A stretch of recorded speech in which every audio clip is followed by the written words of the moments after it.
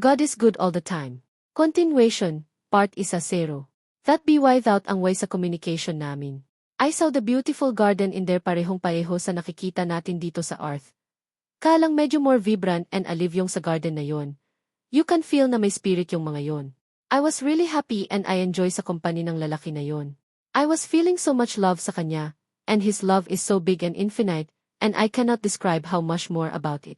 Basta ang alam ko he is full of love. Then all of a sudden sabi niya Elwayan it's time to go back home. And I rebelled sabi ayaw ko na bumalik doon dito na lang ako kasi I am so happy in here. Kasi I was feeling sad sa piling ng mga magulang ko. Every time na nagkamali kami lahat ay may kapalit yon na disiplina, and sa lahat naming magkapatid ako ang pinaka-naughty.